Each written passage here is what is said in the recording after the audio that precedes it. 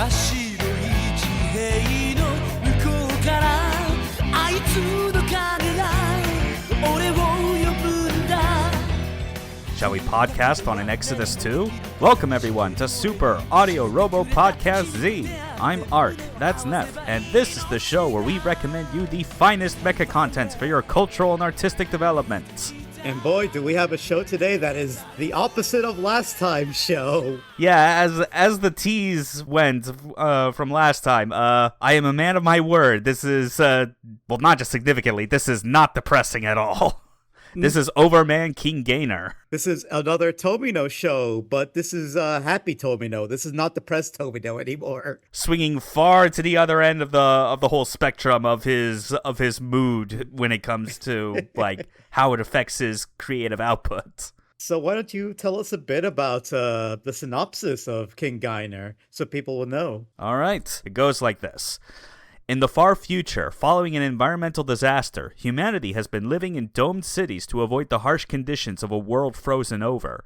However, as the Earth has been recovering, many cities have opted to embark on an exodus to return to their homelands. Unfortunately, the Domopoli are governed by the Siberian Railway, which does not approve of the idea of London IMI's, quote, customers abandoning their products. One such exodus to Japan spirals into chaos as an expert gamer named Gainer Sanga gets roped into the scheme and pilots a powerful overman to fight off the corporate stooges and protect everyone on their journey to Japan. And yes, Japan is Japan, just to get that out of the way. It's just Japan. Which is actually how Japan is said in several Slavic languages, by the way, so it wasn't just made up. Although I guess kind of ironic since like the whole trek does not go through any of the countries where the Slavic languages would have been said at all. Like this is all in Siberia. Yeah, and if you probably guessed, this is also a post-apocalypse show, kind of. I mean, kinda. It's more like a post-apocalypse. I don't know how to put it. You could definitely say that the apocalypse in question was an ice age. Yeah. Like, which makes it all the more funny that like this somehow like takes place all the way like through the region of Siberia, which might as well have already been in a perpetual ice age. Mm-hmm. But yeah, this is a fun show to say the least, and there's like quite a bit of background to it that we can get into, transitioning over to our prehistory. Mm-hmm. So, Overman King Gainer. It's a 2002 anime, produced by Sunrise, directed by everyone's favorite, Yoshiyuki Tomino, and as we had described at the start, you know, this is Happy Tomino. Like, this is not his kill-em-all persona taking over the entire thing. Mm-hmm. In fact, it is the hard opposite. You'll be hard-pressed to find any instance in which, like, a significant character actually gets killed. Yeah, in fact, as we'll probably discuss later, they go out of their way to not kill anybody in this show, actually. Yeah, we mentioned obviously that this was directed by Tomino, but like the rest of the project itself had like some pretty prominent talent of its own that would continue to make contributions to the mecha genre even well after this. Like it was written by Ichiro Okochi, who we've actually mentioned before when we talked about Grandizer U. He worked on that anime. Mm-hmm. Although I think like ultimately probably the work that he is most recognized for in the grand scheme of things is Code Geass. Mm-hmm. We have as well Kenichi Yoshida as the mechanical and character designer in King Gainer, which as far as working with Tomino on stuff like this, he did return for G-Reco, Reconquista in G, a much later Gundam anime that was also directed by Tomino. And also, in the interim between those two projects, he was character designer for Eureka 7. Yeah, so we have, like you said, we have some pretty big hitters on this show, actually, in terms of like writers and mechanical designers. Yeah, big turnout of like talents both inside Sunrise and, you know, freelancers elsewhere in the industry.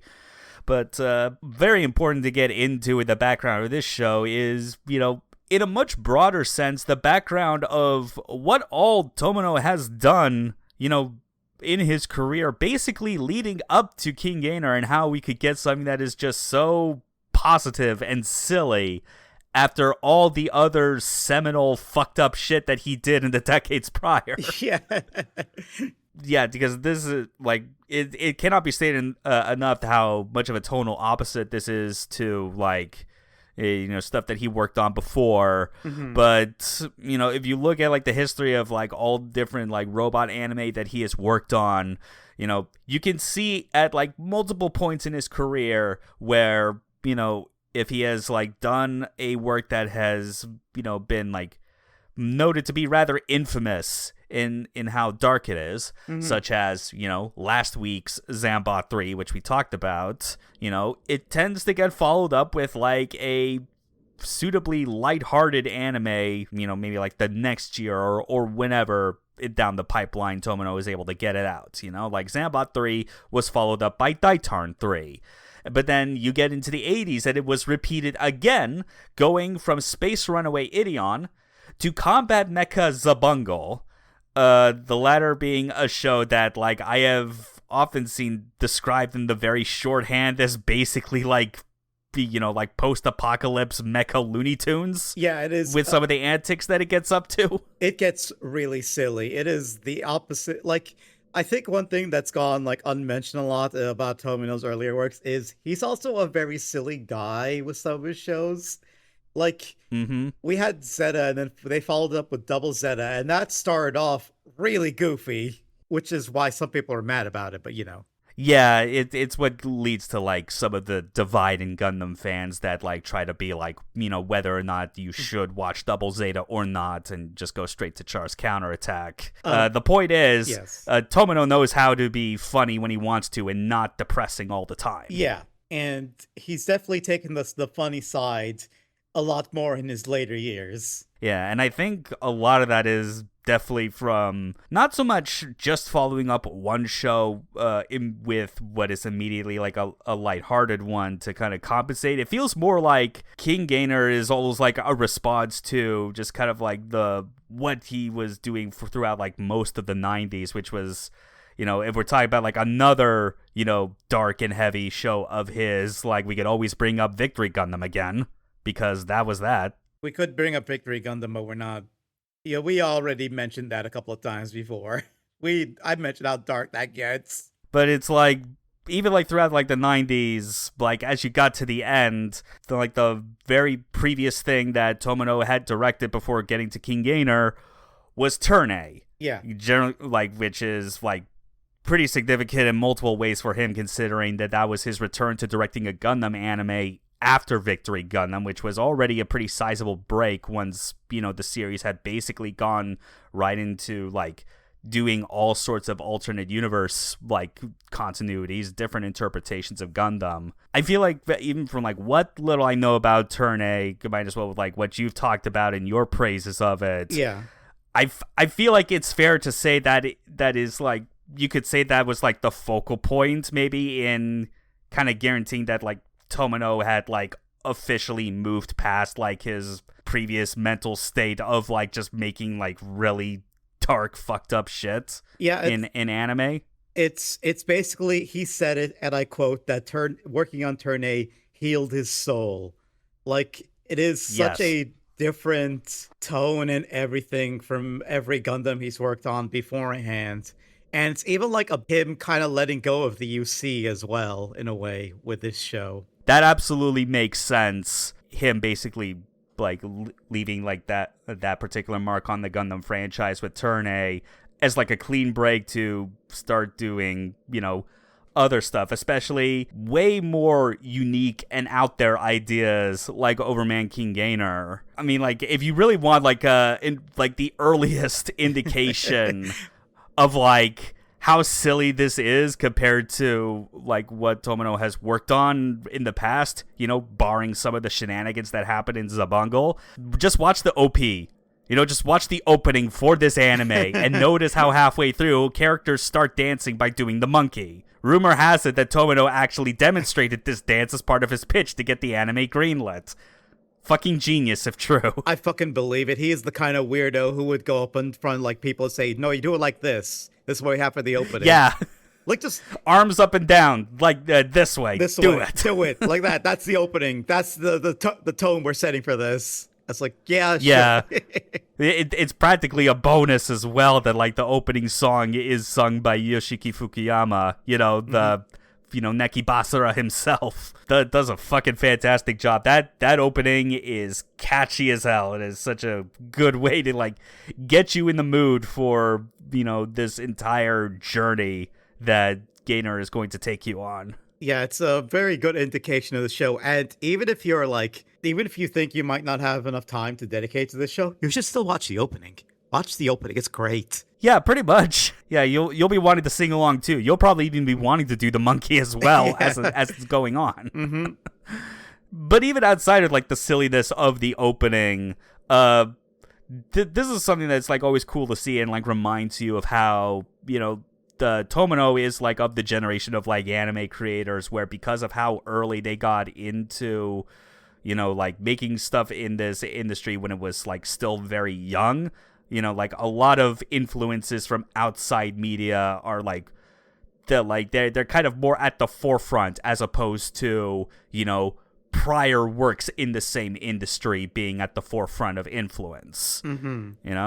Because Overman King Gainer, like its major point of influence is found in a foreign like series of like sci-fi novels, which I'm pretty sure like the entire saga is like just short of 100, and it is called Le Campagne des Glaces by Georges Jean Arnaud. Yes, it's a French novel series, though I think like to put it more simply for English speakers, like the direct translation I think is like The Ice Company, I believe it is called. Because the similarities between it and King Gainer is that it is a setting where the Earth has undergone a post-apocalyptic ice age and cities are governed by railroad companies. And that's more or less where it ends. They don't have giant robots. Yeah. They definitely do not have the kind of giant robots that King Gainer has, because that is a whole can of worms right there. But honestly, I think that makes me like King Gainer more by default, because there's no way that the presence of giant robots doesn't automatically improve your story concept in some way. I just want to mention very briefly, at the time of this recording, I have watched a bit of the new Netflix show Leviathan, and it is an alternate universe, like World War I setting, where they just ask, "What if there were giant robots, though?" And it's like, yeah, actually, everything is better with giant robots, as it turns out. The well of like creative scenarios for giant robots like is still untapped at this point, and that's saying something considering just the wealth of giant robot anime that already exists over the course of like half a century and more. Yeah. But Overman King Gainer would eventually air on Japanese TV from September 7th, 2002 to March 22nd, 2003. And, this early 2000s anime, this was like this was in the time frame where it was much more acceptable to be like, yeah, you know what, 26 episodes or so, that's perfectly fine. We don't need to go with the full year-long schedule. But of course, it is obviously an early 2000s anime, which means that we have like crossed the threshold of, pretty much all animation studios in Japan switching over to digital animation. Yeah. As opposed to doing it with traditional cells. But it is one of the earliest TV anime that I've noticed that's actually produced in widescreen. Which is interesting for the time, especially. You'd be more likely to see widescreen anime that was done for an OVA, for instance. Majin Kaiser, the OVA was a year before this, and that was in widescreen. But to have this be like widescreen and on TV, just like getting ever so closer to that period when like the adoption rate of widescreen displays would be a lot more common. Very forward thinking for Sunrise on their part with this one. Yeah, it shows like how much they were thinking about just how the show would look in the future in a way. And I think it's because of that, along with a bit more details we'll get into why we why we recommend section of the show, but it has definitely helped the show in a way where it's like when you watch it, you might almost be confused into thinking that the show had originally aired later than it did. But I guess until then, the prehistory is out of the way. Like the major talking points that really needed to be said, as far as especially as far as how Tomino got to the point that he was at in 2002, that he was basically ready to give us this goofy ass ride. So let's talk about the mecha and the characters of Overman King Gainer, like the stars of this show. Oh boy, these are some very distinct mecha designs. So take it away. Yes. So I guess even before getting into specific units, we got to break down the 2 specific types. Yeah. Because that's kind of how much thought has been put into this. Mm-hmm. Kind of like if you think about it in the same way with like Gundam, for instance, not just basically all Gundams, like UC or otherwise, there has always been the very clear divide between your regular ass dinky mobile suits and then there's your Gundams. Yeah. I mean, that's especially true in the case of alternate universes where they doubled down on that like power discrepancy. Mm-hmm. Overman King Gainer has the same sort of thing. Like the more common like low-tech mecha that you see are referred to as silhouette engines. Mm-hmm. They're reasonably sized, stompy robots, like nothing too fancy. They're not going to fly around or demonstrate any especially crazy abilities. Just a lot of conventional weaponry sized up to fit a pilotable robot. Yeah. One of them that you do see very often that is like on the side of our protagonist is the Gochko, which is one of those rare instances for a giant robot where it is basically an open canopy. That like there's no enclosed cockpit on it. You often see its pilot basically riding on top of it, exposed. But that's okay. It hangs back far enough away from battles because it's got a giant fuck-off sniper rifle. And also a giant fuck-off arm. Yeah. Like singular arm that looks like it lifts. One arm.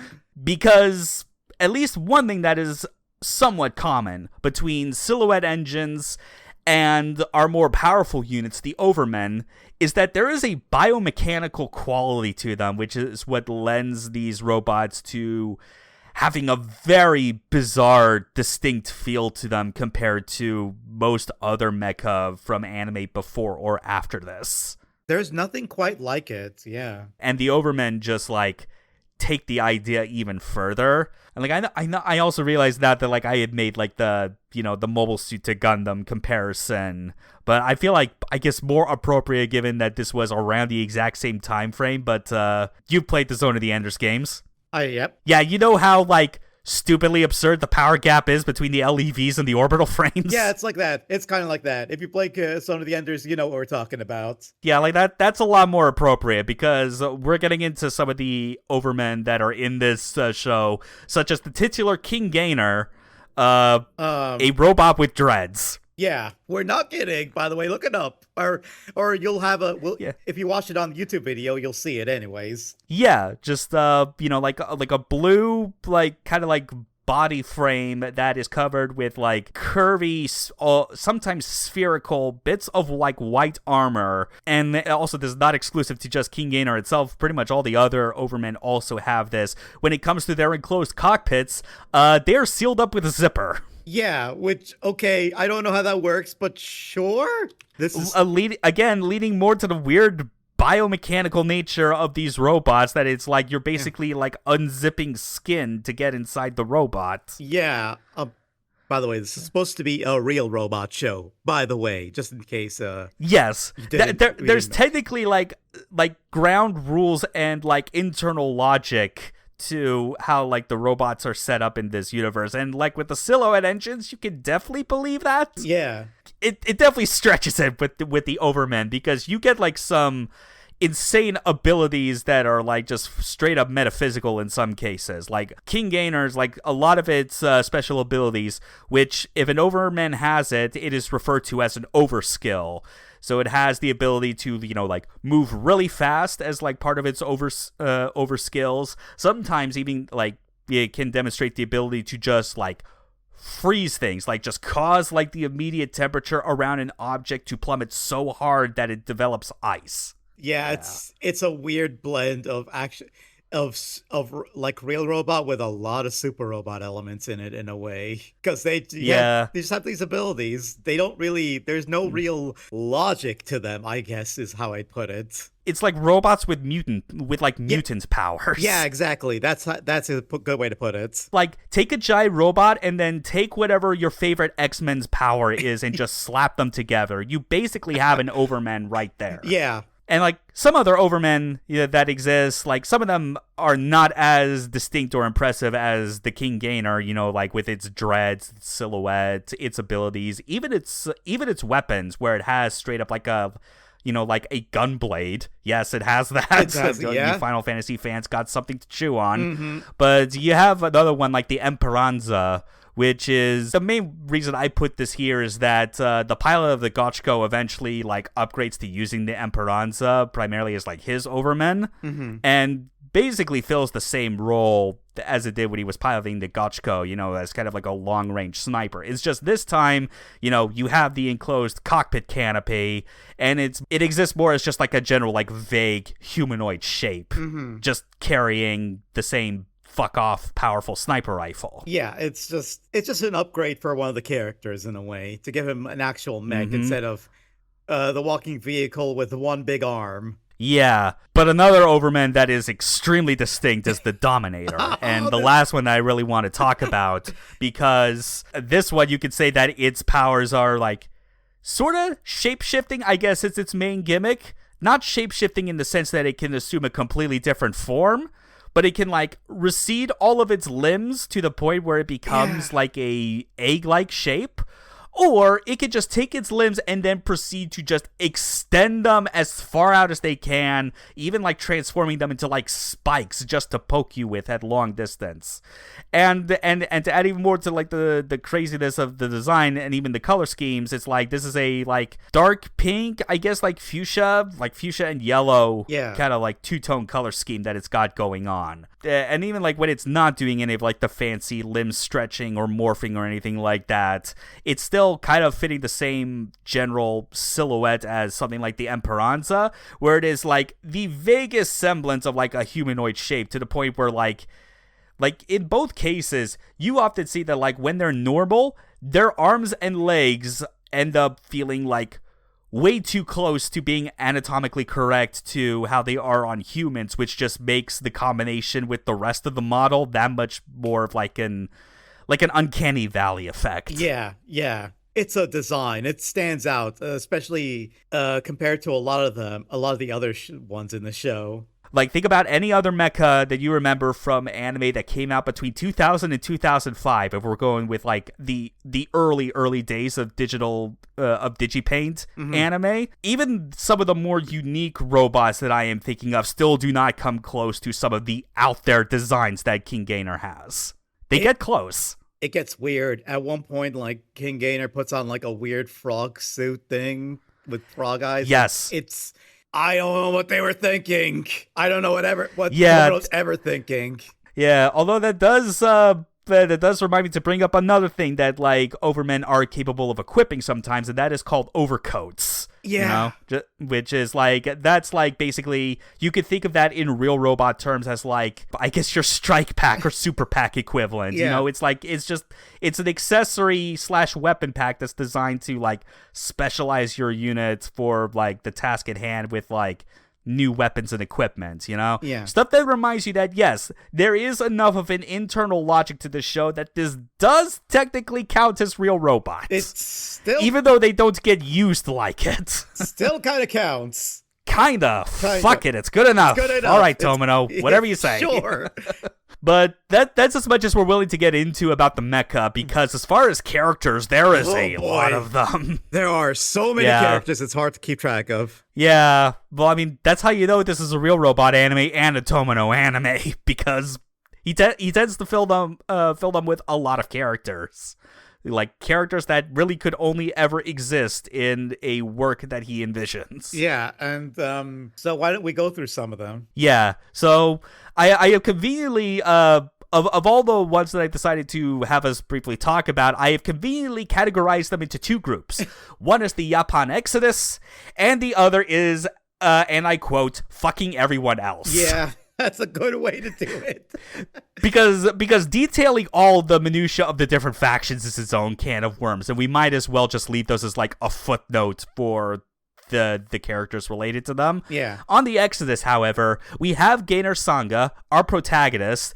We described in the synopsis, yes, he is a gamer. He plays video games, and this show is thankfully restrained enough to not try and make up bullshit about what it thinks video games are, or like have it factor like obnoxiously into the plot, like, you know, American TV would probably try to do during this time period. Oh God, yeah, like they just mention he's a gamer, and that's it. They just leave it at that. It's like, thank God, I don't want to hear him say gamer terms or him using his gamer powers for the robot. The most that you get, and it's like the most sensible kind of reasoning, is that, you know, because of like, I guess like the controllers that are used to play games in this, you know, setting, is that like, and especially because like the game that he plays is basically a 1v1 robot fighting game, is that's basically the through line to how he gets roped into piloting King Gainer and is able to do such a good job with it. Like, this is, like, he's the kind of person that is like, what if we had Amuro from the start of 0079, you know, original Gundam,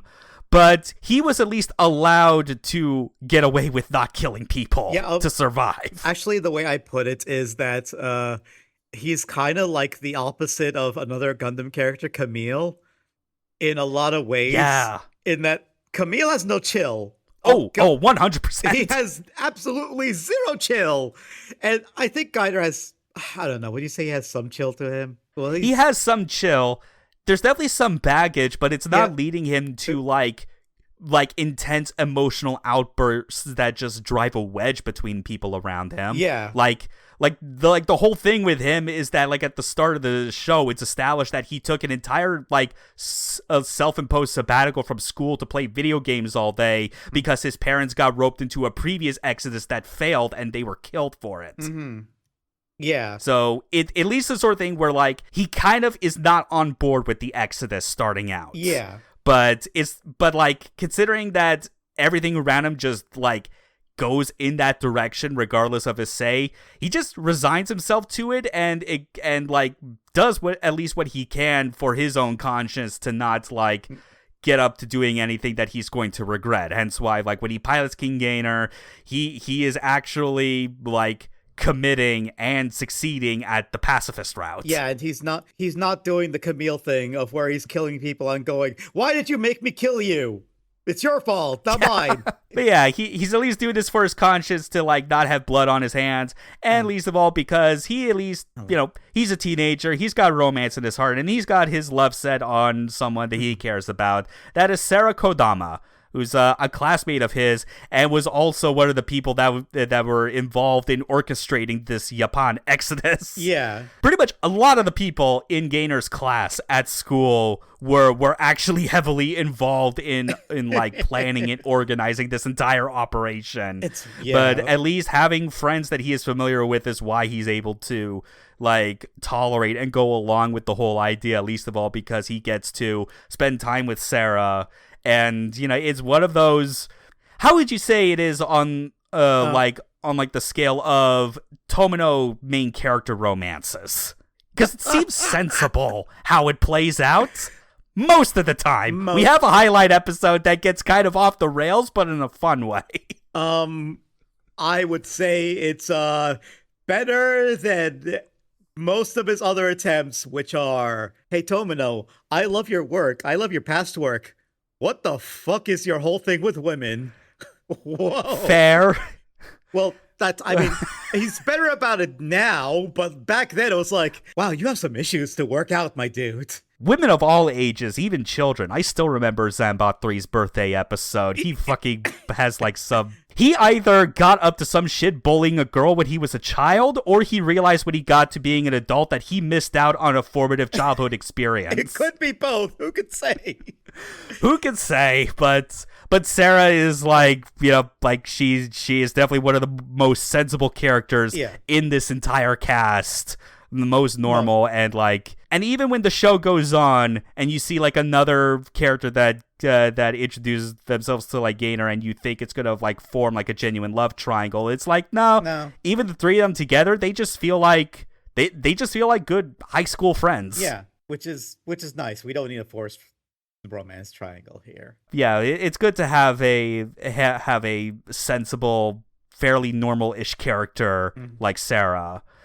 So we got to get to the characters that are less normalish, like Game Bijo, aka the real mastermind of this exodus. And also, because of how similar his name is to Gainer, you could basically chalk that up as the reason why Gainer gets arrested in the first episode on suspicions of plotting an exodus. Yeah. Also, yes, there's a character called Gainer who pilots the King Gainer, and there's also another character called Gain. Missed opportunity from Tomino to not name a character Gainist. Yes, that is some restraint there. You say restraint. I'm sticking with what I think is a missed opportunity. It's a missed opportunity. Just have someone called Gainus. Just do it. Make it more confusing. Yeah. Gainer may be piloting the King Gainer, but Game Bijo, he's the pilot of the Gotchko. Mm-hmm. So he's the one that is often, like the one piloting the silhouette engine, and later an Overman that is much more suited to long range sniper combat. Mm-hmm. And his dynamic with Gainer is such where, despite Gainer being protagonist and technically the hero, most of the show, Gain is basically the one that ends up basically dealing the final blow and like solving like a lot of the problems at the end, basically just to steal Gainer's thunder. Mm-hmm. Like it's very much a budding antagonistic relationship the two have that obviously improves as it goes on, like into being more mutual respect. Yeah. Remaining characters on the Exodus that are worth talking about. There is Ana Medayu, otherwise known as Princess Ana Medayu, mm-hmm. who basically decided to feign being a hostage as an excuse to go along with the Japan Exodus because she's on board. Her parents and the rest of the royal family are not. They're still left behind at the Domopoli after, like, half of it just got pulled apart from being converted into oversized train cars. Yeah. And, like, she's just having fun. She and all of her 3 hyper-intelligent squirrel pets are having fun the whole way through. Yes, she is definitely one of those child characters where she's less chaotic gremlin and more precocious, positive character, even if she doesn't unwillingly cause problems. In some cases, she knows damn well what she's doing. Yeah, she is not the annoying kid character. She's a really fun character in a cast filled with lovable goofballs, is how I put it. Yeah. And then we have Adette Kissler, who is like we have an entire highlight episode we need to talk about when we get to it, but like put simply, she was part of the Siberian Railway and was responsible for arresting Gainer. This fucking busty-ass, like, foul-mouthed blonde woman just barged into the classroom, arresting him on grounds of like, suspicion for plotting an exodus. And, various circumstances happen that she decides to join the exodus after a while and leave the Siberian Railway as the most morally irresponsible school teacher ever conceived. You just take one look at her, and then you're just all you can think is, yes, I see what someone on the team was into. I get it. Yeah. And just like, yeah, I'd hit that, but not while I'm in school. No, that'd be big problems for both of us. No, I would not do that. I would advise against that. Definitely. But yeah, but at least mentioning that in this context is to kind of show like what the modus operandi for this anime is in terms of its characters, and that is twofold.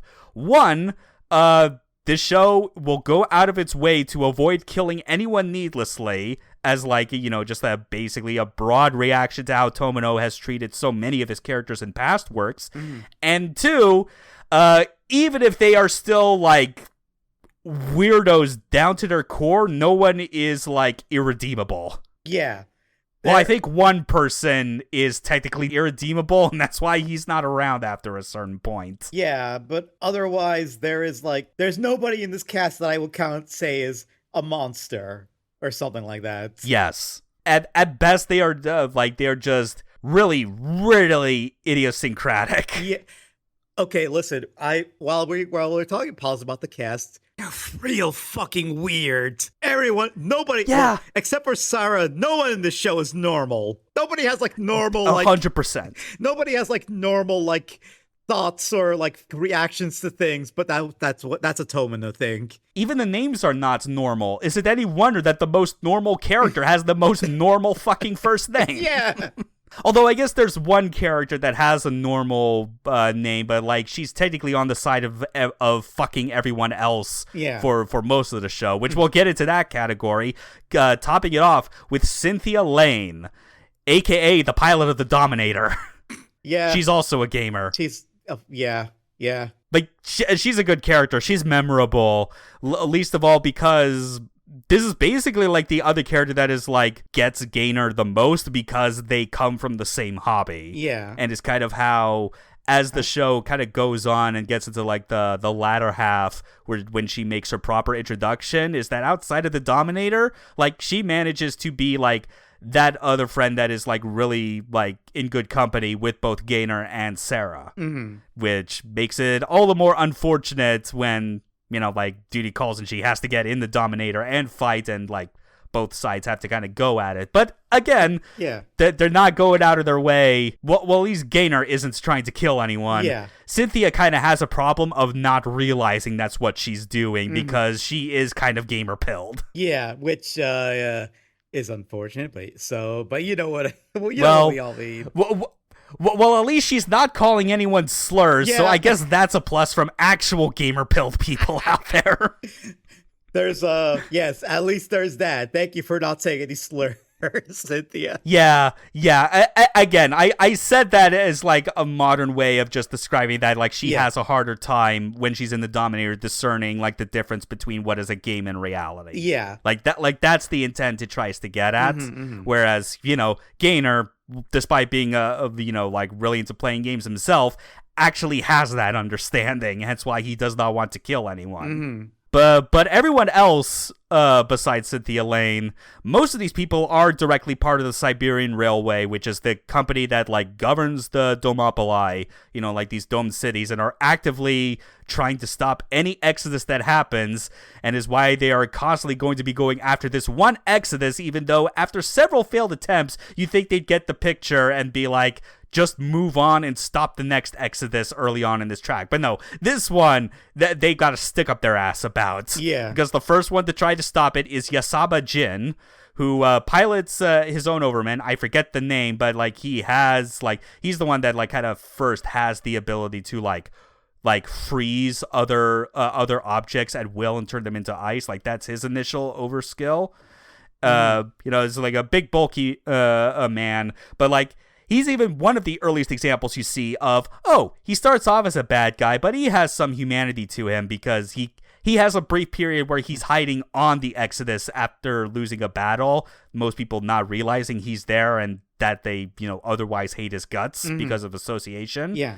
But he befriends like a street girl kind of in the same position, and like that's where you start to see him be more of a good person for the remainder of his time on the show before he like goes to parts unknown. But obviously, you know, with him being cycled out of initially from being a villain, another villain that takes his place much later is Kashmir Vae, the most camp gay character of this entire show. Oh, okay, I don't know what that says about its views of LGBT or anything.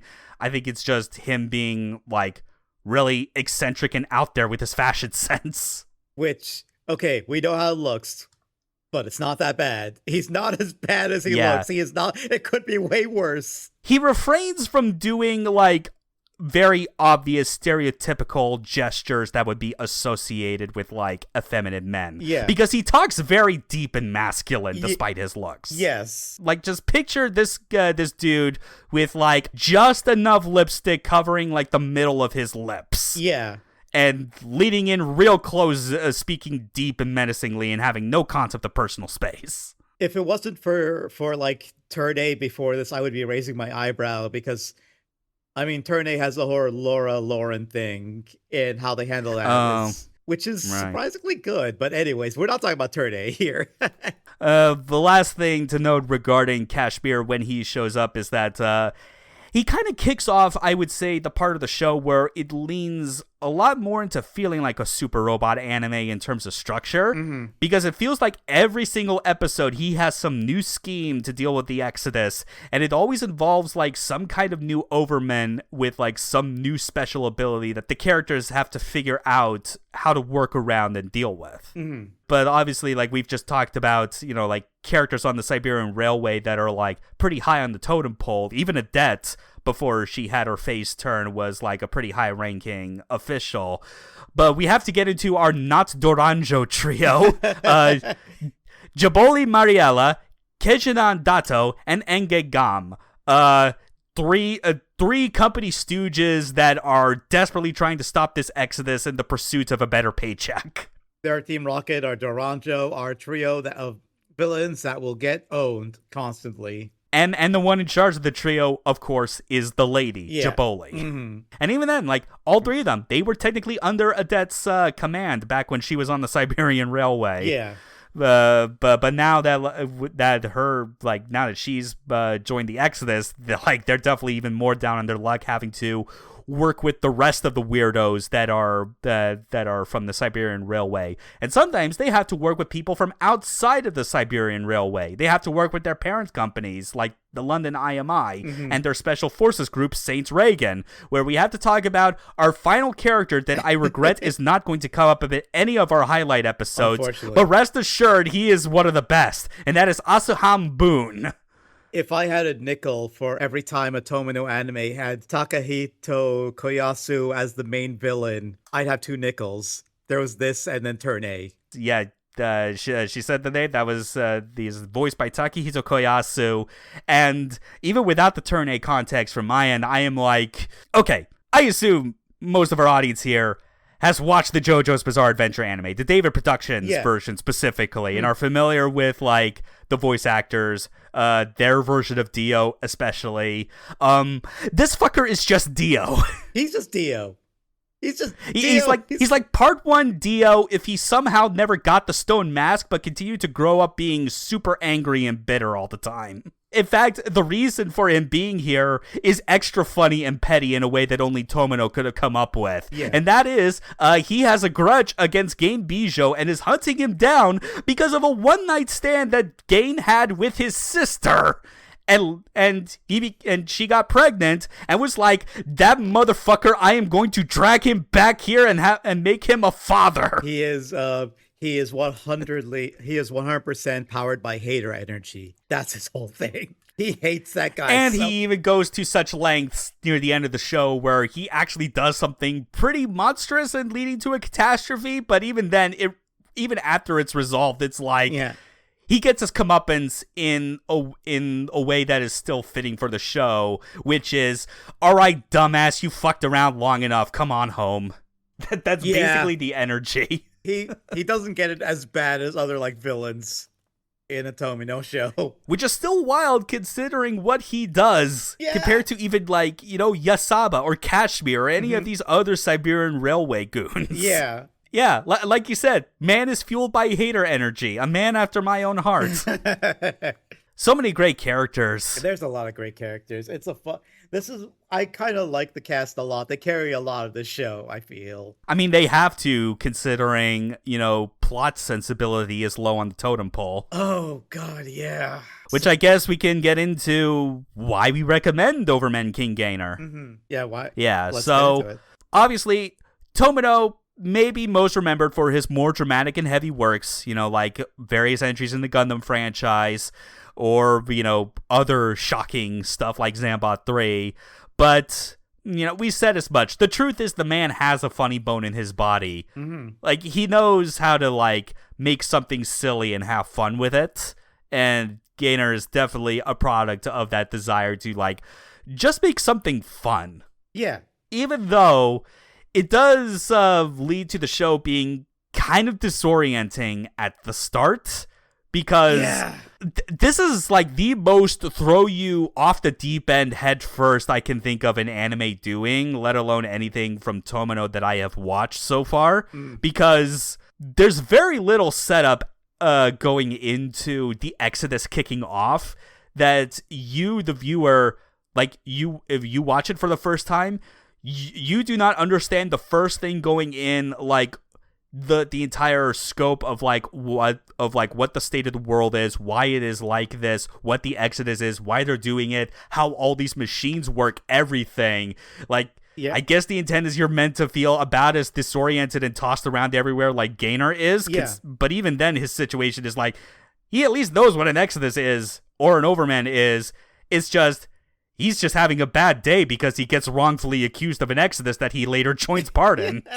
Which I guess validates him as being guilty in retrospect, but whatever. Like, the point is, like, the anime, the whole point of how you're supposed to experience it is not for, like, a gripping, detailed narrative that is going to be asking, you know, very deep questions or anything of that sort. No. Like, you go in with the expectation that you're just along for the ride. Yeah. Wherever it goes, you're just going to take it because something weird's going to happen. Yeah, do not come into this show expecting, like, a coherent plot. There is no coherent plot. It is about just the wacky, just all the weird shit that happens and all the lovable characters. Like, stakes will be raised when you get near the end of the series finale for obvious reasons. But even then, it will be like, you know, you'll still just roll with it. There will still be, like, weird stuff happening even then with, like, what Overmen can do. Yeah. Or just any other antics that the characters get up to. You know? Yeah. Like, because they are nothing short of inspiring in terms of how absolutely bizarre that the mechanisms of them are. Mm-hmm. Like, for as much as this anime is a comedy, you're still also going to get some pretty fantastic, like, mecha action scenes while you're at it. Yeah. And in terms of production, for those familiar with how early digital anime used to look in the 2000s, you know, like just the kind of janky, low detail look a lot of them had, Gainer is kind of an anomaly. This is what I was getting at, like, early on when I said that, like, this anime aired in 2002, made in widescreen, but with how it looks when you watch it now, you would be confused for thinking that it came out 5 years later than it did. Like, this would have fit squarely, like, in that period of time for anime that you remember when you felt like, oh, okay, digital, like, animation for this stuff is actually coming into its own because of, like, 2006 onward, when you were finally getting stuff like, you know, on TV, you had stuff like Gurren Lagann, Haruhi Suzumiya, Macross Frontier, all this stuff that was, like, really setting a new bar from what was on TV often, like, 5 years before that. If you want, like, additional context for just kind of how much, like, budget this anime had even back then and how they put it to some good use, pay attention to episode 14 when the Dominator gets introduced and has its first proper action sequence. It's fucking amazing. It's really good looking. It's a moment that puts modern Sakuga anime to fucking shame, especially since it's not in a rush to wrap things up in 12 episodes. That's the advantage when you have, like, more episodes to work with. I mean, obviously, if you have, like, more episodes, that means you're kind of stretching your resources a bit thin sometimes. But I mean, that's why you just have really good planners and figure out, you know, which moments in the story you want to set aside as, like, your big money shots. Yeah. So, as far as how to watch King Gainer, you know, where you can get it, surprisingly, you're very well covered on that front when it comes to physical options. Like, it had DVD distribution in the past. Bandai Entertainment was, like, the original company before they went out of business, and, like, even back then in the early 2010s, I recall it shortly changing hands to Sentai Filmworks, but then even that stopped after a while.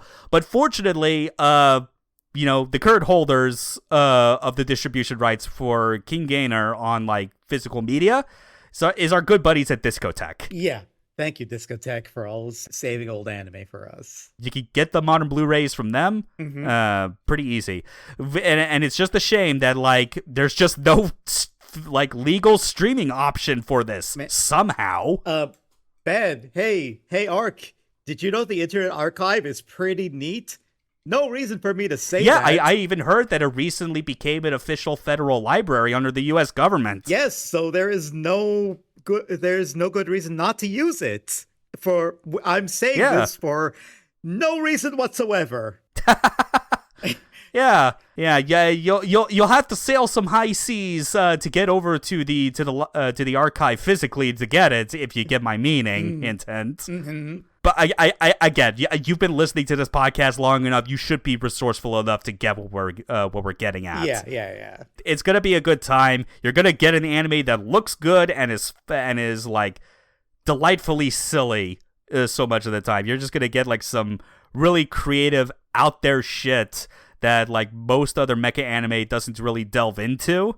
Like again, the closest analog that you could think of to this, like based on what I know from like summaries and people's impressions, is Zabungle, which makes sense considering that it's another Tomino joint when he decided that he wants to be funny instead of depressing. Yeah, even like a non-depressing Tomino is still pretty good, and we definitely recommend the show, and you should watch it whenever you have the time. It's 26 episodes.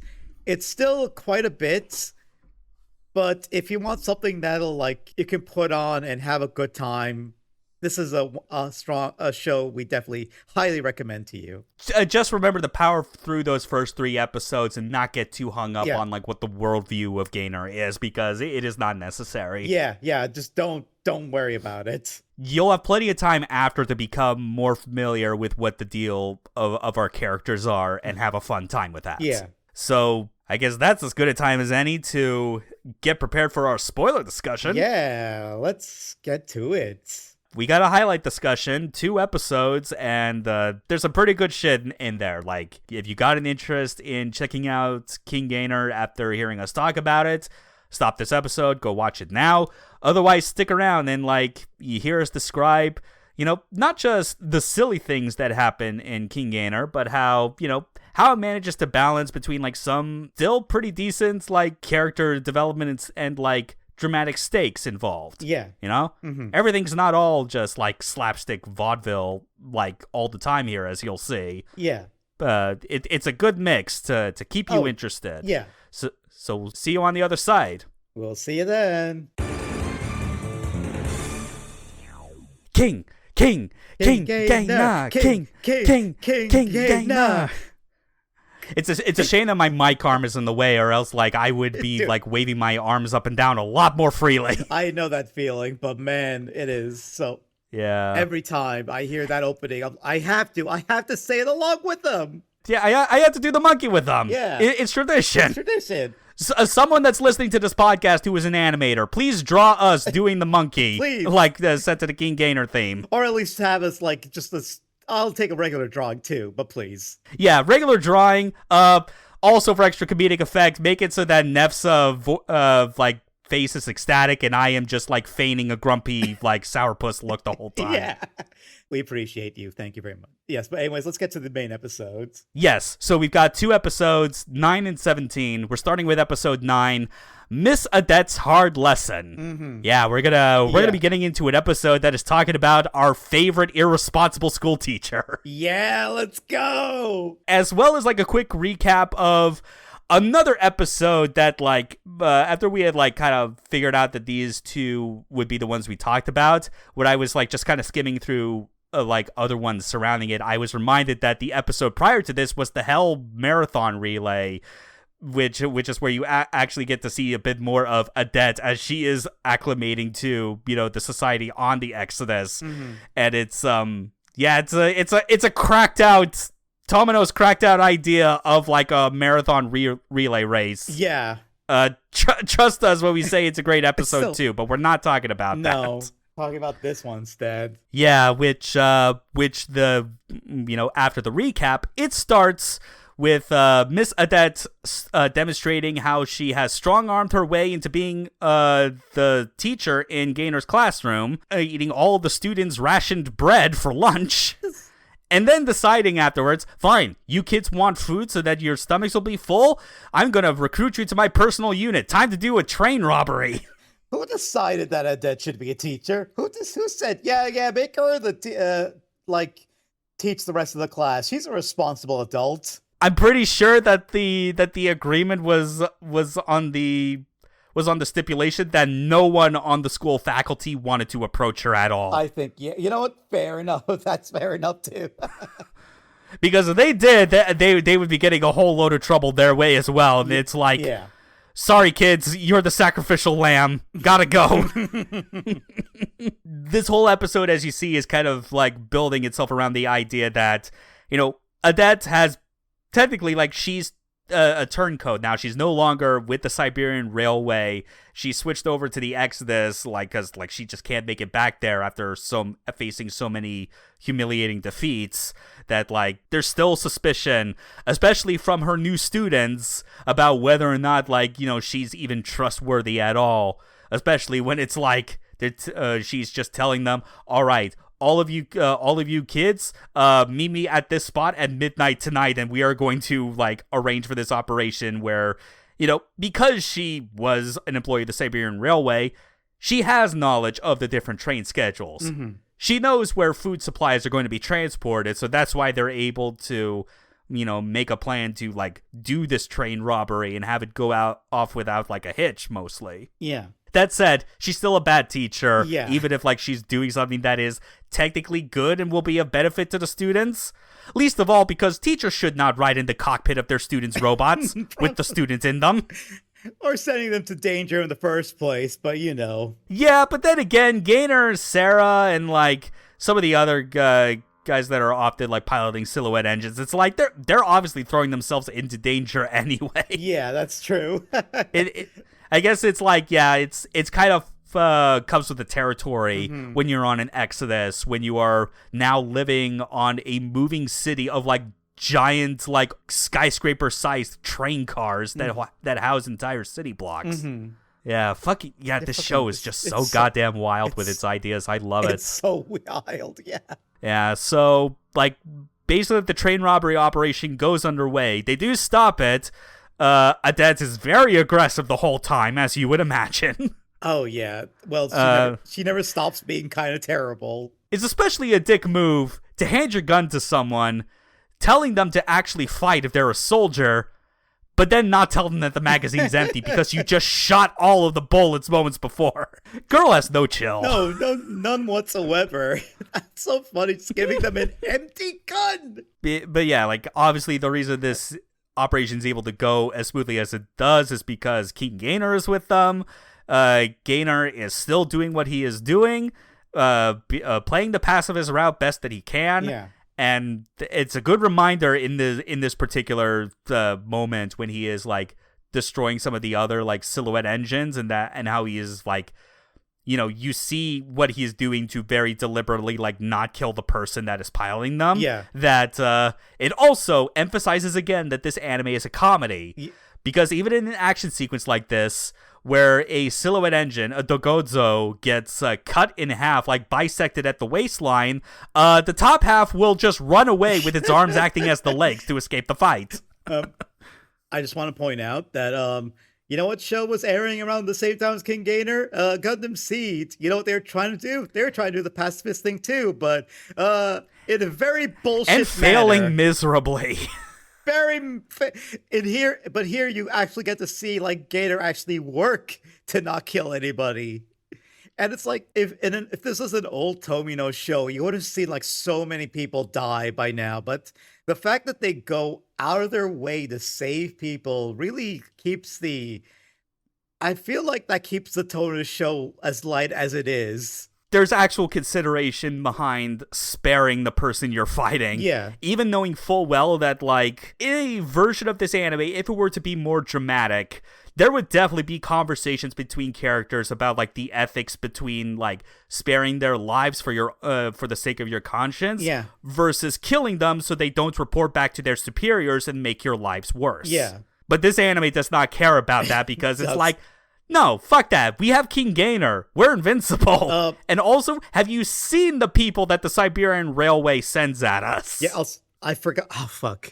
So I forgot to mention this when we were talking about our why we recommend, but I think you should just go into this show expecting vibes. Just vibe with the show. Don't even think, think about it a little, but just let the vibes take you over. Don't question it, is what I'm getting at. Yeah, you'll still get some positive character moments, some nice interactions that make you feel all good inside, like Sarah and Gainer, like after the fight is over and they're getting ready to like basically haul the food, and like more specifically haul the train cars via like, you know, just so it's easier to move them when they're off the tracks, to just flip them on their backs and pull them like it's a sleigh. Yeah. And like the whole time, like during this like quiet moment in the operation, like Sarah's giving, you know, genuine compliments, almost like kind of flirting in a way as well to Gainer about like how well he's been doing, just the fact that he's really good at piloting Gainer and has a way with machines. But it does lead into asking a very poignant question that I think, understandably, many people who play video games a lot would not be fond of answering. Yeah. Totally not indicting myself. No, sir. And that is, why aren't you good at getting along with people? Oh, man. You can't just ask that to him while you're praising him. Yeah. I mean, again, there's the sort of thing where it's like, I always felt there was still, I mean, you mentioned obviously like Gainer being like an opposite to Camille. Yeah. Because of just the lack of unhinged, like, high energy reactions to anything that he perceives as like being like an inconvenience to him. Yeah. Or just like being trouble. I still feel there's a bit of like the early Amuro influence in him somewhere, but at least is able to better like kind of vent out those problems of his without causing like bigger problems or divides with the other people. Because I still remember that very first episode of the original Gundam, where Frau Bao basically had to drag Amuro out of his fucking home when he was basically down to like his shorts and a wife beater because he was too busy tinkering with his machines.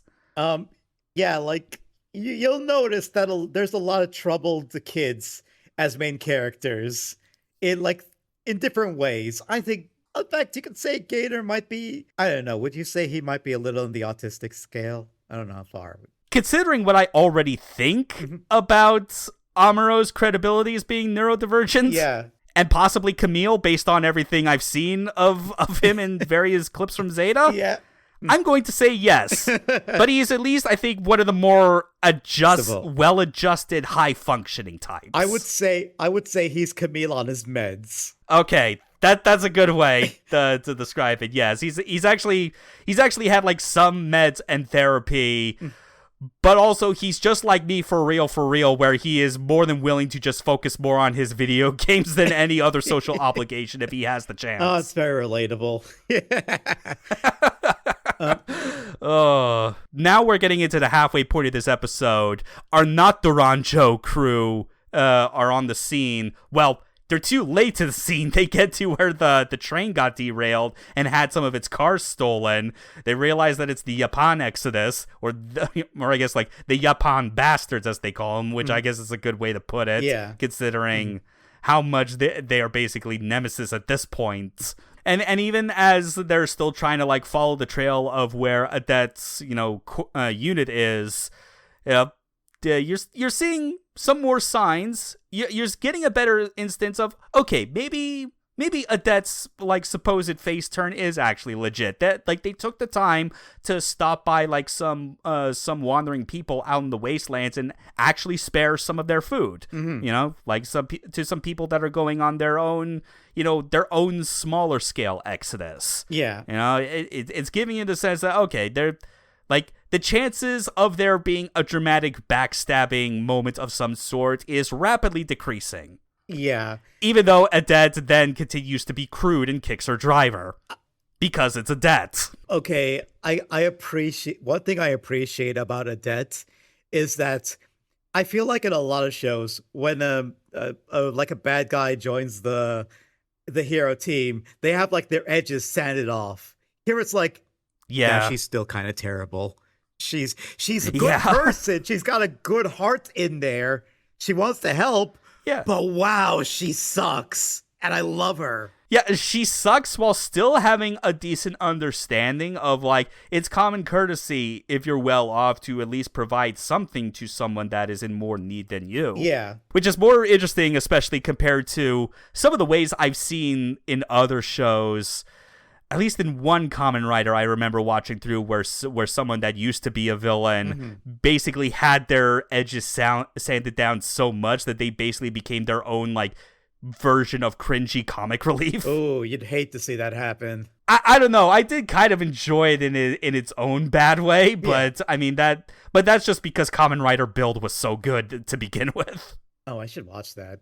But yeah, like I could appreciate it when they do it well, but sometimes I also appreciate when they're like they still keep those edges like sharp. Yeah, it's just good to see that it's like, you know, sometimes it's worth keeping them around for their talents, even if you're having to deal with like all the you know, kind of all the other negatives that are still kind of part of them, but I mean it's all those things combined that define a character. Yeah. Also, like, as a brief aside, I just want to mention this. Like, one thing I've noticed, like, by watching a lot of, like, mecha shows and Tomino shows is that nobody does cut-ins the way the shows he directs does. Like, there's a very specific way they always move where you'll have, like, cut-ins of characters, but then they'll move and shift depending on the scene. You'll have characters looking at another character. You'll have like one character, like one cut in, like grow bigger and take over the scene to show that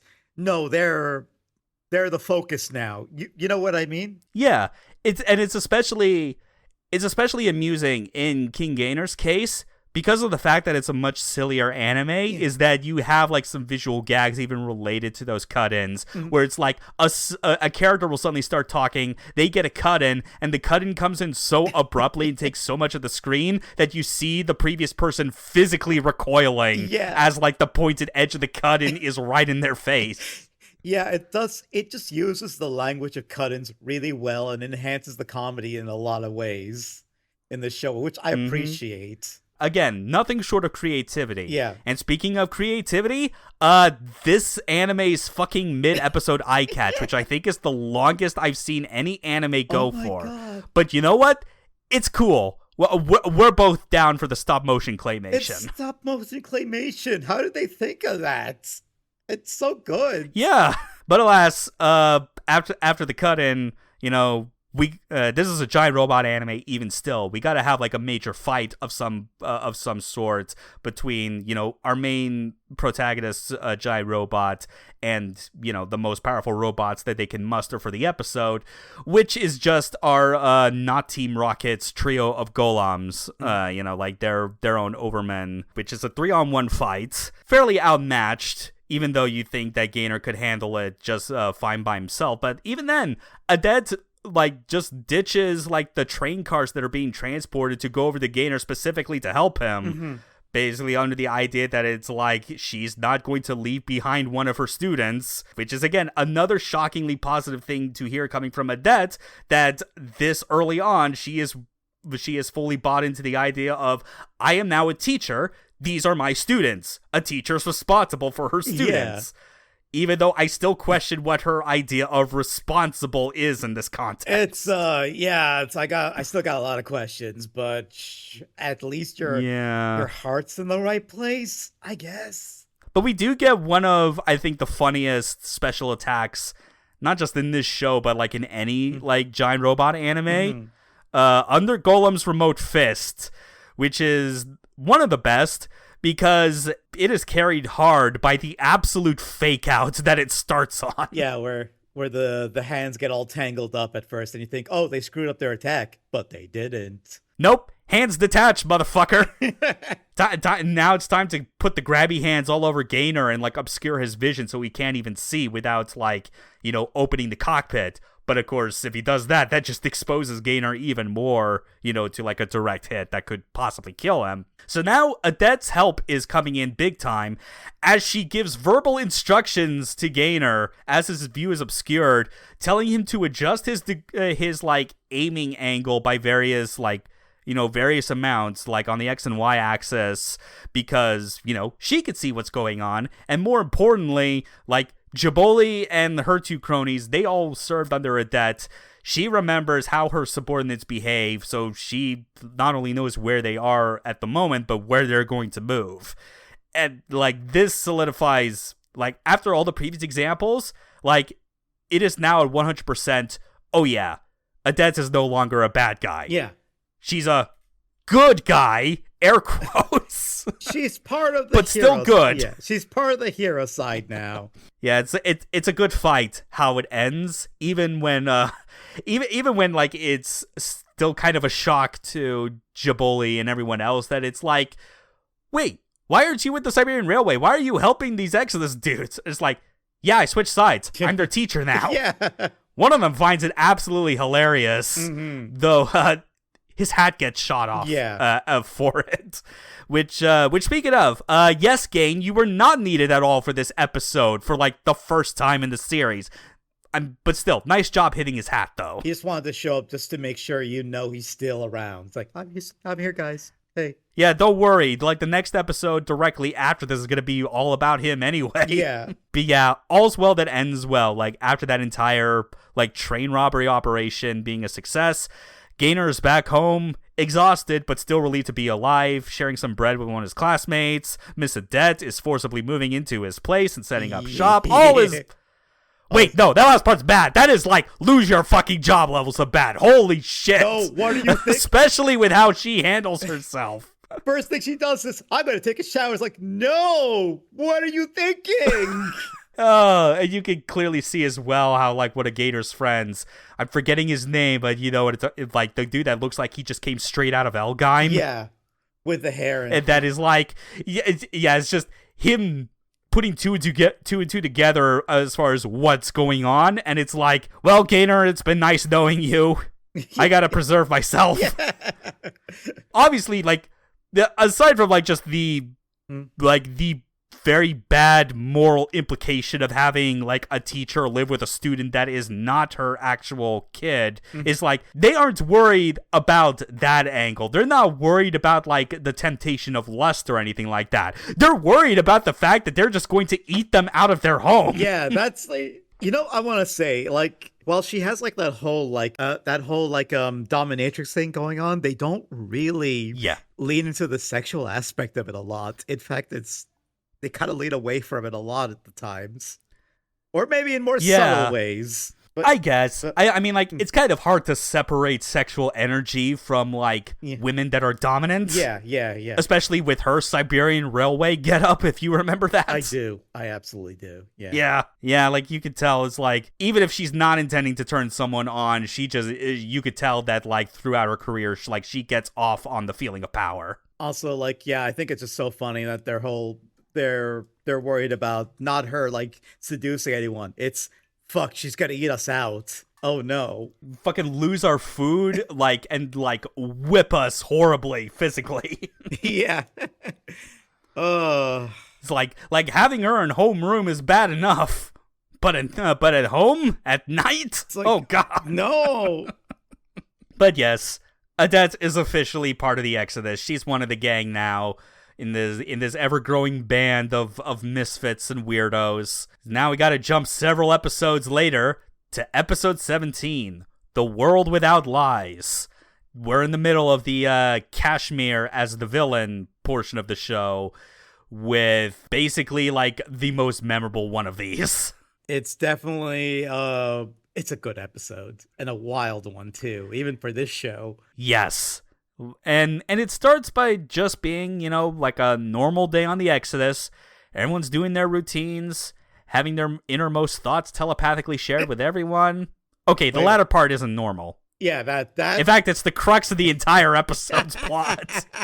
And where you get to hear everyone's thoughts, including one I highlighted, with a child thinking, I hate you, Mom. And it's like, why would you highlight that? What? Okay.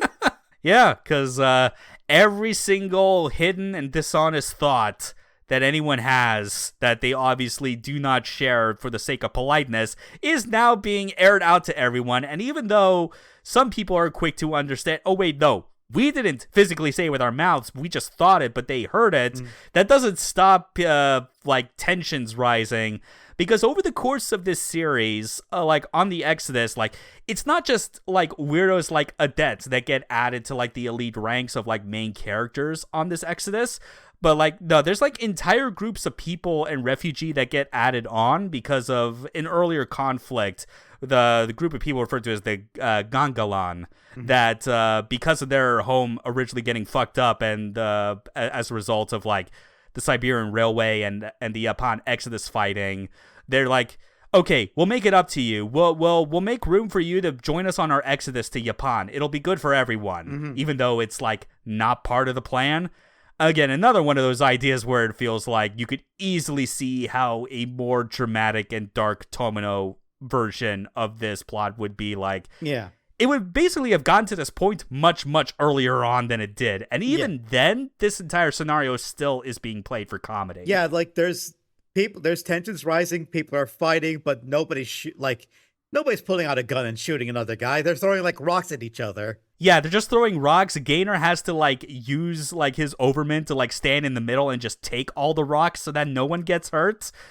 Although that doesn't stop Odette from as well from having her own private troop join in on the riot suppression. Yeah, like nobody's actually like there's no fist fights or anything. It's, you know what, fine, that still fits in the show. Like you see so many like instances of different people like having their thoughts transmitted telepathically without without their consent. Sarah ends up hearing one of those from Gainer, acting as a hint of what is to come. Obviously, the things that like start off this entire riot is because of people thinking, man, we have such a huge burden needing to carry these extra people around. Yeah. or something like that. But then you have like Ms. Leobov and I'm forgetting his name, like the big dude with the dreads. Yeah, that guy. I also don't remember him. Yeah, or Mamodo. Mamodo, I think it's his name. And Ms. Leobov is like, she's Princess Anna's like caretaker and educator who is like, obviously not able to keep up with the princess's shenanigans. Hey, at least they got the best thing to happen to them from this episode, which adds a fun hit for what's going to happen later. Yeah, even when Mamodo ends up having one of his hidden thoughts transmitted to her, which is like, I can't confess that I love her. I'm old enough to be her father. I just annoy her. Yeah, and she's like, but that doesn't seem to really cause any more of a wedge in the situation currently. Sure doesn't seem to bother her. That said, I'm pretty sure Jaboli is being bothered elsewhere by the fact that Kashmir, again, has, like, no sense of personal space, as he is detailing, like, what he is doing with his current plan, using a new Overman that has an overskill designed to do exactly what is happening on the Exodus. Because if tensions rise enough that morale on the entire Exodus falls apart, they could like swoop in, stop them from continuing any further, get them back in their Domopoli, like business as usual, all that shit. Yeah.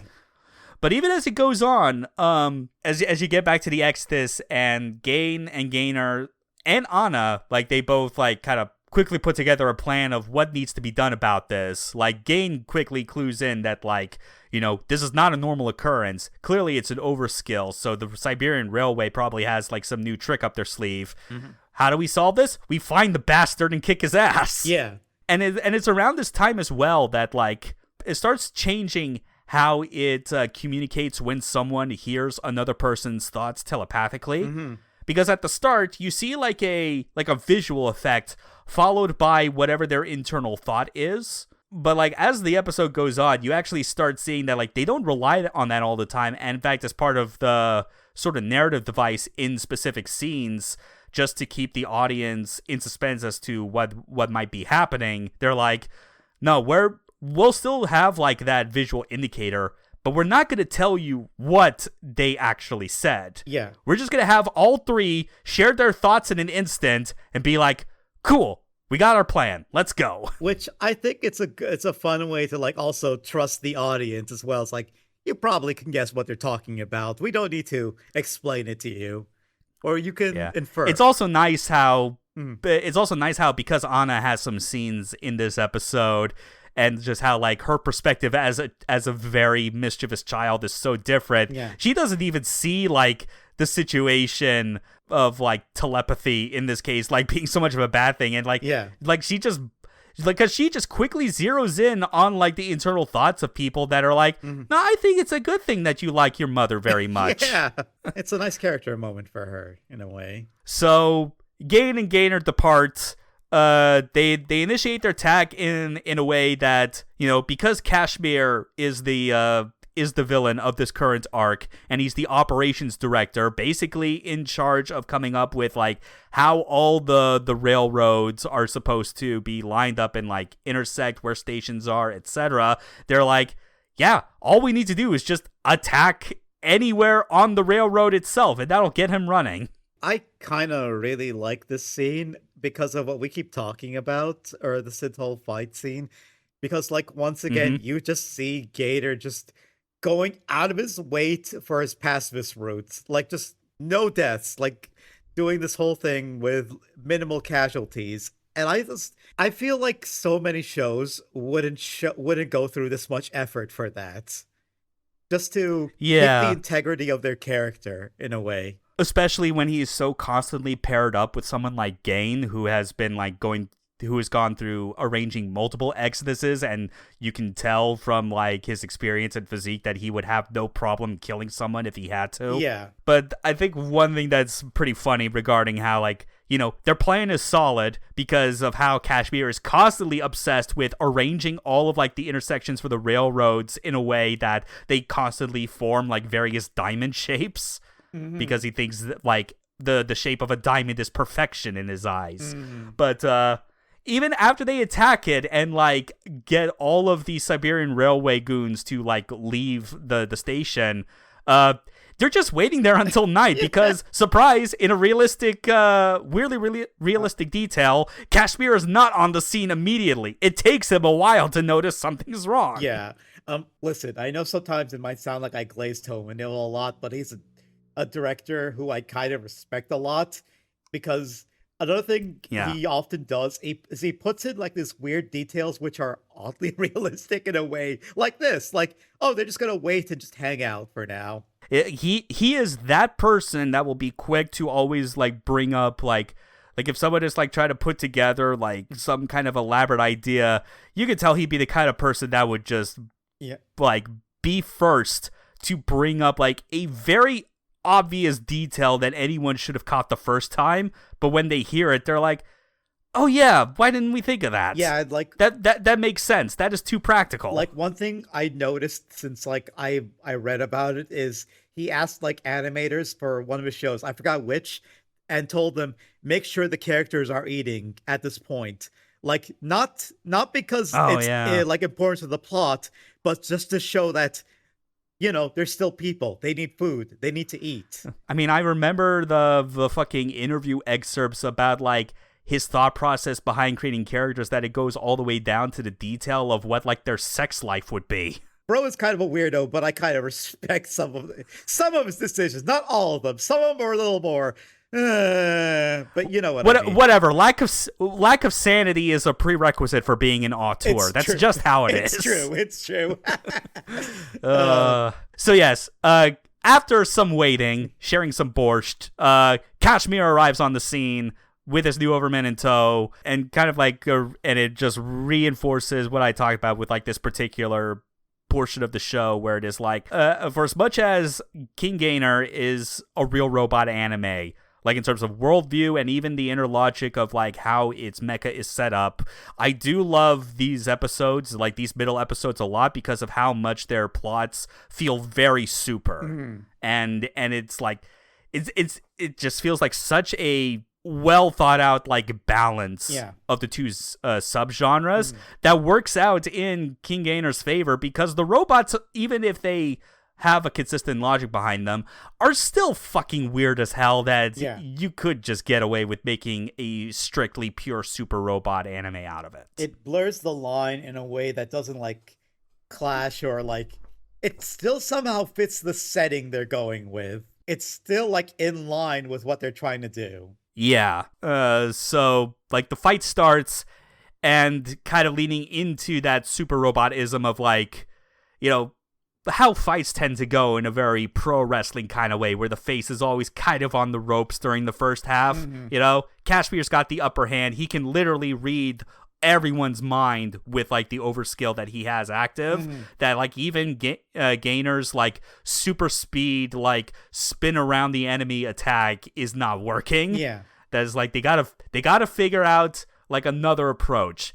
And even as they're figuring this out, tensions are close to reaching the breaking point on the Exodus, though not before Mamodo and Lyubov their absolute best to like get over their hurdles and like confess their love for each other, even to the point where Lyubov like trips over, causing Mamodo to like fall on top soon after.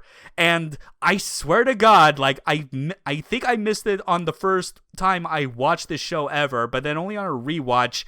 Maybe this is my mind in the gutter, but I swear I fucking heard a sound that made it sound like it was a moan that was like lightly sexual in nature. Like that was the moment that things clicked for them, that maybe they did not immediately make out on the ground, but they probably looked for the nearest bed. Maybe. It's not out of the question. Yeah, and this is especially important because we're seeing how telepathy, like, even though it's being used to sabotage the Exodus's morale with like turning people against each other, that there are some people that are able to use this as a way to finally come clean with their true feelings of love. And it's time for one of the greatest ways that anyone has ever defeated the villain's superpower of the week. Welcome to the ultimate love confession. Welcome to the reason why we recommend it while we're talking about this episode. Should I read this? I mean, I typed it out. I transcribed it all out anyway, just because of how absurd it is. But I'll do it for you. Is that a good compromise? Please do. It is quite a lot. It's not even the entirety of it. Sarah, I love you, Sarah. I'm in love with you, Sarah. I loved you since before the Exodus. That's not all. I want to know more about you. I want to know everything about you. I want to hold you, Sarah. I'll hold you so that I can crush you. I'll drown you with my mind's voice, with my heart's cry. There you go. It goes on, by the way. There's way more. Like, this is not just Gainer thinking it, by the way. This is him in the cockpit also shouting it at the top of his lungs while holding a framed picture of Sarah that he had like in his coat, like, because this was clearly part of like that plan that that him, Gain, and Anna briefly shared over telepathy, and were like, okay, we got it. Like, this clearly was something that was like in the back pocket if a direct assault was simply not going to happen, because, you know, finding someone that can read your mind, it's like, that is super hard to overcome. And I love the idea that what are the ways you overcome it? I mean, the two best ways, I think, are the Jotaro method, where you actually don't know how to play the game and you just fucking say shit that sounds like a lie, but it's not a lie because you don't know it is. Or you do it like this, where you just like overwhelm like the mind reading feeds with such garbage, with such sappy bullshit like this, that it annoys the enemy so much that they turn it off. God, although Sarah is also like super embarrassed the whole time because she hears it too. But it works. Everybody's like, oh, listen to that guy. That's cute. And they all like stop fighting. Yeah, you go, girl. Yeah. And I think... And she's just running, arms up, like face beat red. It's like, we have solved the problems on the Exodus with the power of love. I guess you could say... I don't know, I guess the opposite of kill 'em all is love 'em all, Tomino? I guess. Well... whatever, that was about as corny as that confession. I'm sorry. It's good. I think this just shows how much Tomino has changed as director, because like all of his works, like Turn A and Post, are so unashamedly positive. Like, we don't care if we're corny. Fuck it. This is about how we're gonna just go the opposite, like... He goes the opposite angle of how he used to be, and I'm here for it. I think it gives his works a real charm to them when they're just like this. Yeah, the man is just indulgent in loving life. Yeah, pretty much. Like, he is like just indulgent in a good way, I think. It's just great. Yeah, like the whole like caps lock confession, Sarah's embarrassment, Kashmir turning it off the overskill before realizing, wait, I can't hear them anymore. Oops. Oh, shit! And then he just gets blown up. Yeah. Whatever. He's still going to be back for like a few more episodes after this, I think. But even then, it's the sort of thing where, like, we say that, like, just about no one dies in this, even though either I misremember from my first time watching or not, but I want to say Kashmir is, like, the one character that does die, considering that, like, every other former villain is still shown to be alive even at the very end of, like, the entire series. Like, even Yasaba and the girl are still alive by the end. Yeah. Even Asaham, after all he does, he's still alive. Kashmir is not going to be around for the final episode at all. I definitely remember that being the case. Yeah, man. I guess one death is still good. It's still fine. Yeah, one death for this dude that, like, Jaboli and her subordinates would definitely not miss in the slightest. Yeah. But the episode ends with, like, one of the most Looney Tunes ass shit that this anime could have possibly gone for. Gainer returns, everyone looks happy, except Sarah. And he doesn't realize why, because Gainer, the confession was part of his plan, but only insofar as he thought that it was being transmitted directly to Kashmir in his cockpit. Oops. He did not realize everyone on the Exodus, and potentially the entire world, heard this. Oops. It was the love confession heard around the world, and Sarah was basically, like, her only recourse was to attempt to deck Gainer right in the face, but she misses as he bows, apologizing, and missing the punch causes her to spin in place several times before falling over. God bless you, Tomino, you fucking madman. Thank you, Tomino. This is, like we said, this is the opposite of Zanbao 3 in so many ways. Yeah.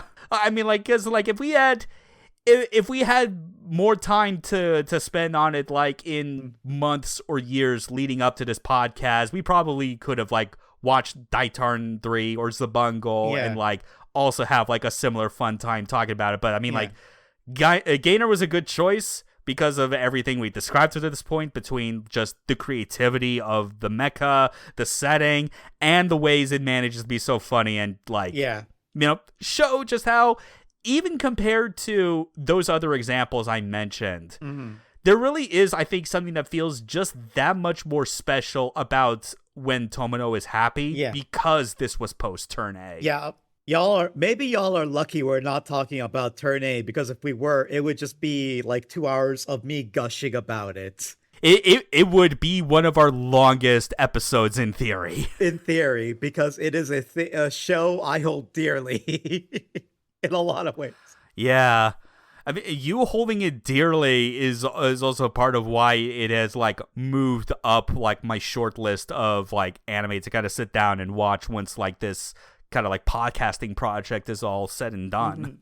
Well, good. I'm glad it's had an effect. Oh man, but at least until then, man, Overman King Gainer, what a hell of a show. What a show. I mean, this is a show, like, you might bounce off of it, but you should still give it a try. Let the vibes take over you. Just watch it and let the good feelings, because the show has a lot of good feelings in it in the end.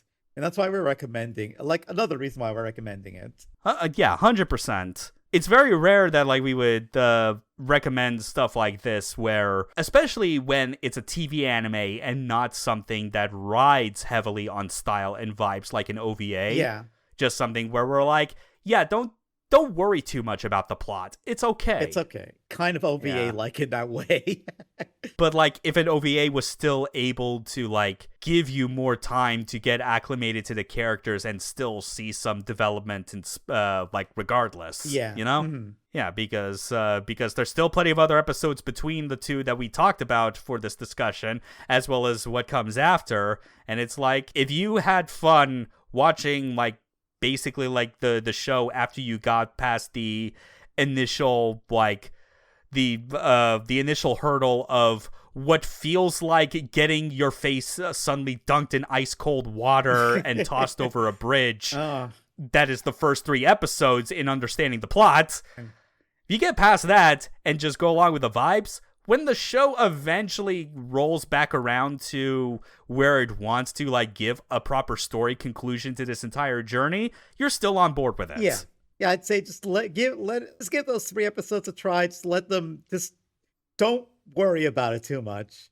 It could be way worse. Yeah, because I watched G-Rekka. That is way worse than this when it comes to that. Yeah. Oh, I hear so much about just like the pacing shenanigans of that thing. It is the most nonsensical show I kind of enjoy. But that's Gainer. Yeah. That was a fun time. Mm-hmm. Like it definitely had me thinking, you know, like even though these were like the 2 episodes we were going to take notes on, I had half a mind to like watch a few more for my own personal enjoyment, like going back through the Hell's Marathon relay. Yeah. But obviously I had, you know, other stuff going on in the week. Yeah. Least of all because I've decided that like my light show that I'm binging on my free time anyway is Turn 3, another Tomino classic. So also super lighthearted, super silly, but just a lot of fun. Mm-hmm. It's always good to have like a nice mix of, you know, of like anime that's willing to challenge you with some serious dramatics, as well as other anime that are like, yeah, let's just have fun with this shit. Yeah, let's just have fun. Let's get into some weird-ass concepts while we're at it, too, you know? Yeah. Like transmitting a love confession in order to annoy the shit out of your villain. But thanks for being on, Neff. Of course. Thanks, everyone at home, for listening. And tune in next time when we talk about an anime where the robot is all about the power of love. We sure will. See you all then. お前が傷つき倒れた時は